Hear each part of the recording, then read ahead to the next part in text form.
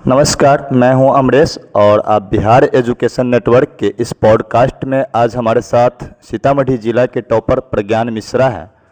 इनकी सफलता के बारे में आज इन्हीं से जानेंगे कि किस प्रकार से 471 मार्क्स से इन्होंने प्राप्त किया है मैट्रिक परीक्षा 2025 में।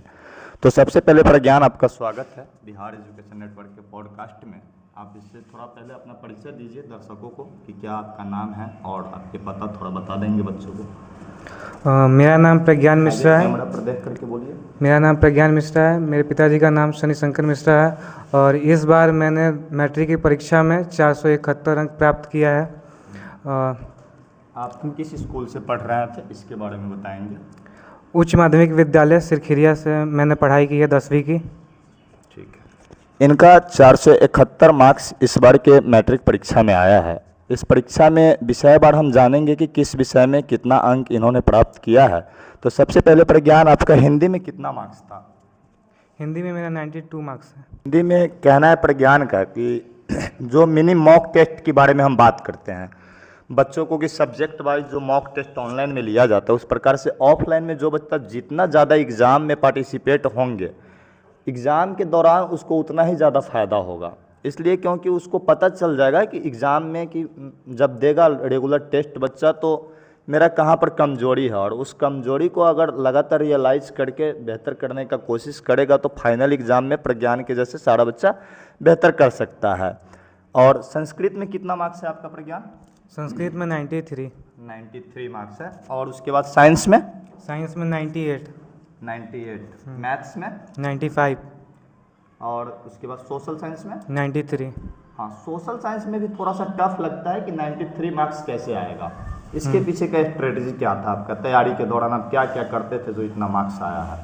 सोशल साइंस के लिए मैंने स्पेशली ऑनलाइन से तैयारी किया था। दिशा ऑनलाइन क्लासेस था, तो उनका जितना भी लेक्चर होता था वो तो देखता ही था, साथ ही साथ खुद का अलग से सेल्फ नोट भी बनाता था बुक्स पढ़ के, और साथ ही साथ दिशा का जितना भी नोट्स था वो सारा मैंने पढ़ा हुआ था। साइंस के पीछे की स्ट्रेटजी बताइए बच्चों।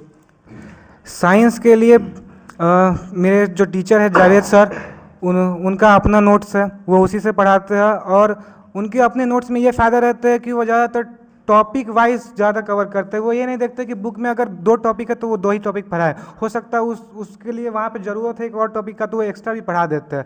तो इससे फ़ायदा होता है कि साइंस याद नहीं करना पड़ता है, समझ में आता है। बहुत अच्छा। और मैथ्स में 95 है, ये भी बहुत अच्छा मार्क्स है। मैथ्स के पीछे का स्ट्रेटजी बताइए बच्चों। मैथ्स में बिहार बोर्ड के बच्चों को बहुत ज़्यादा परेशानी होता है, खास तौर पे कि इस बार भी जो बच्चे असफल रह गए होंगे वो अधिकांश बच्चे ऐसे होंगे जो मैथ्स में ही असफल रह गए होंगे, और मैथ्स में ही बच्चों को बहुत ज़्यादा दिक्कत होता है अपने बिहार बोर्ड में।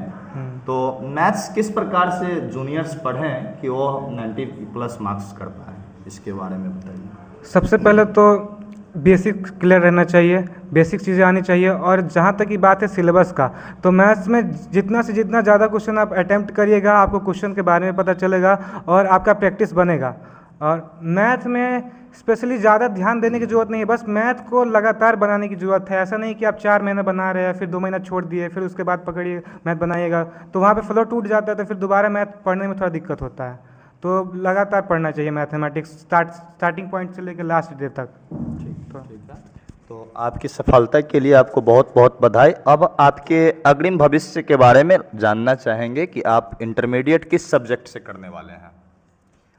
इंटरमीडियम में मैं पीसीएम लूँगा, मैथमेटिक्स, केमिस्ट्री और फिजिक्स। हाँ, तो पीसीएम से आप आगे देश में क्या करना चाहते हैं, देश के लिए क्या करना चाहते हैं आप? अपने लिए, अपने परिवार के लिए, देश के लिए जो आपकी रणनीति है आगे की, उसके बारे में बताइए लोगों को कि आप क्या करना चाहते हैं। आगे मैं जेई के लिए प्रिपरेशन कर रहा हूँ। जेई की परीक्षा के लिए मैं उसके लिए मेहनत करूँगा और चाहूँगा कि मुझे उसमें अच्छा रैंक प्राप्त हो। और उसके बाद जब आप एक अच्छे इंजीनियर बनेंगे तो देश के लिए ईमानदारी से काम करेंगे, क्या ऐसा विचार होना चाहिए। अच्छा, आपके पिताजी क्या करते हैं, इसके बारे में भी बच्चों को बताइए। उनका आर्थिक स्थिति पर विशेष तौर पे बताएंगे कि क्या पूर्ण रूप से मजबूत है, मध्यम वर्ग या निम्न वर्ग के जैसे होते हैं कि दिक्कत भी है, आर्थिक स्थिति थोड़ा सा कमज़ोर हो और पढ़ाई के दौरान किसी प्रकार का कोई दिक्कत भी हुआ हो, तो उससे बच्चे को ये होगा कि वो थोड़ा सा, अगर कोई बच्चा गरीब हो तो वो ये देख करके मोटिवेट हो सकता है कि पढ़ाई लिखाई में इन सब चीज़ों की ज़रूरत नहीं होती है।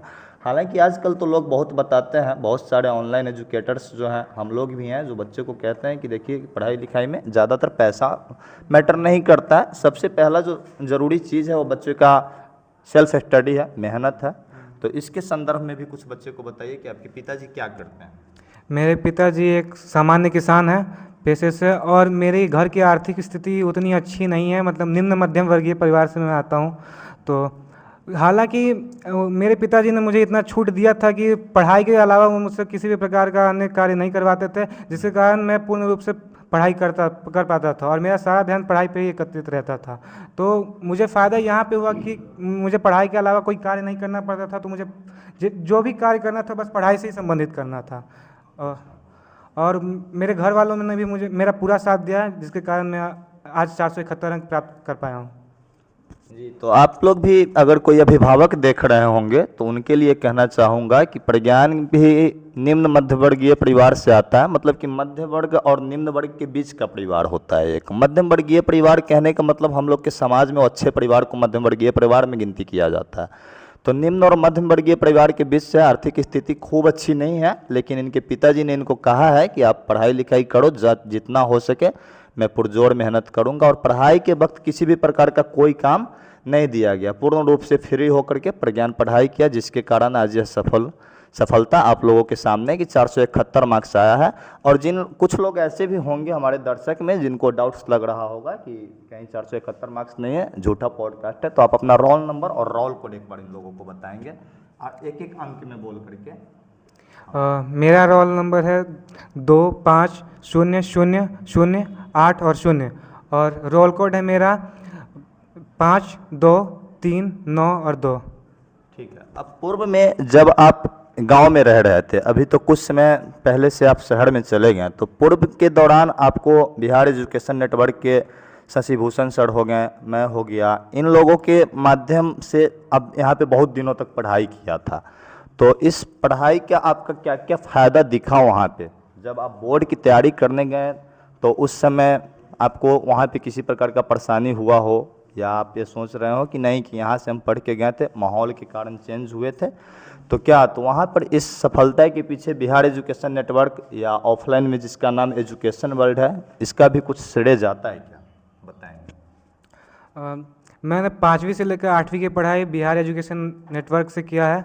तो यहाँ पे मेरा जो मैथमेटिक्स था वो ज़्यादातर मजबूत हो चुका था। मैं 7वीं में ही 8वीं का मैथमेटिक्स का बुक्स बना चुका था। शशि भूषण सर को जाता है। हाँ, जिसके कारण मुझे 10वीं में मैथमेटिक्स बनाने में दूसरे बच्चों के मुकाबले उतनी मुसीबतों का सामना नहीं करना पड़ा, और मुझे एक प्लस पॉइंट मिल गया कि मैथमेटिक्स में मुझे उतना समय नहीं देना पड़ा। उस समय को मैंने दूसरे सब्जेक्ट में दिया, जिसके कारण दूसरे सब्जेक्ट में मेरा अच्छा मार्क्स आया। बहुत अच्छा, ठीक है। तो सब लोगों ने देखा कि प्रज्ञान इस बार सीतामढ़ी जिला का टॉपर है, और इनका पॉडकास्ट सुना जिसमें इनके पारिवारिक स्थिति के बारे में भी हम लोगों ने जाना है, और उसके अलावा कि बच्चा का आगे का इच्छा है कि देश में IITian इंजीनियर बन करके आए और देश के लिए ईमानदारी से काम करे, ऐसा प्रज्ञान का इच्छा है। तो हम सब लोग इन्हें बधाई दें और अग्रिम भविष्य के लिए शुभकामनाएं हैं बिहार एजुकेशन नेटवर्क की तरफ से। चलिए, आपका भविष्य उज्जवल हो, और आज का पॉडकास्ट मैं यहीं पे समाप्त करता हूँ।